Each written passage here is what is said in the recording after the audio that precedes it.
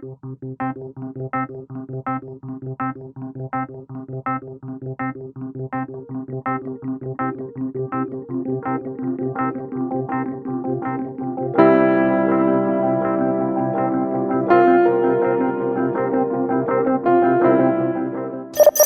همین نافهمی نادرست استفاده بردن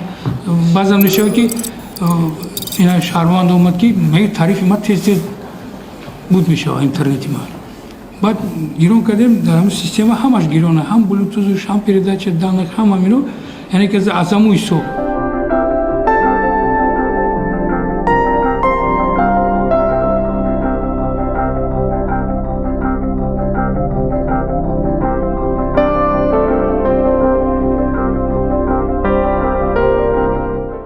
انتخاب درستی تجهیزات نیایی بنابراین شما اگر در خانه تلویزیونی با صفت ناز داشته باشه ناز میبینید رنگی خوب سیستم خوب اگر تلفن موبیلی با صفت باشد که سرعت طلبات تکنیکی رو اجرا نمیکنه البته اینم امید شده میتونه از همه پیش جایگیری موقع گیوگرافی جمهوری وابستگی دارد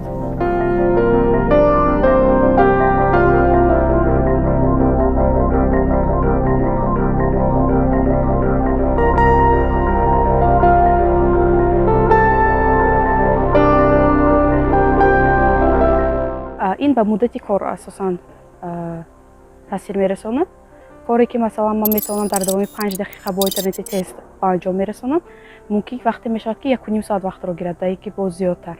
برای حل کردن این مشکلی به خوجند میایم ده 1 ساعت وقتم به راه میگذرد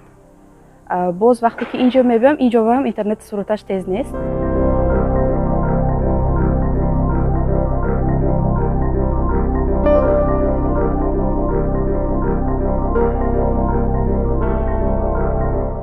گفتن ممکن است که بلوتوز عموما فعال بودنش و فعال نبودنش به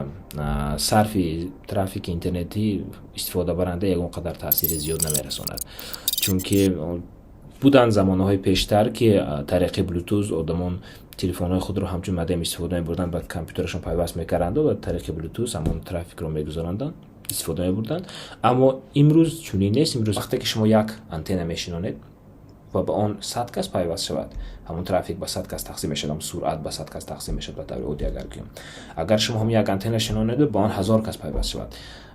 علاقه سرعت به 1000 کس تقسیم میشود و از همین نقطه نظر گپ بسیارتر در همون مقدار آنتن ها مقدار همون تجهیزات ضروری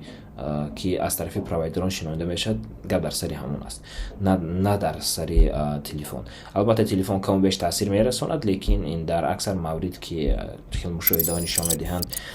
علاقه اکثریت تلفن های نسبتا خوب دارند که میتواند سرعت خوب را تامین کند اما گپ در سرعت وارد شونده است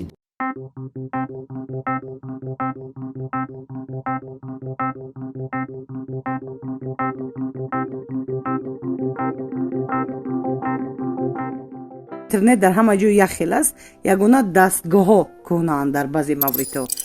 یگونه همین یعنی اگر ما دستگاه ها رو نو سازیم و بعضی راهبرانی که دستگاه های کهنه رو استفاده میبرند از بجای دستگاه های نو آنها رو یک تنبیه بدهیم و از نوسازی بکنیم یعنی از نوسازی باعث آن میگردد که ما میتوانیم نه تنها سرعت اینترنت رو بلکه همون نرخ و نوای اینترنت رو نیز خوب سازیم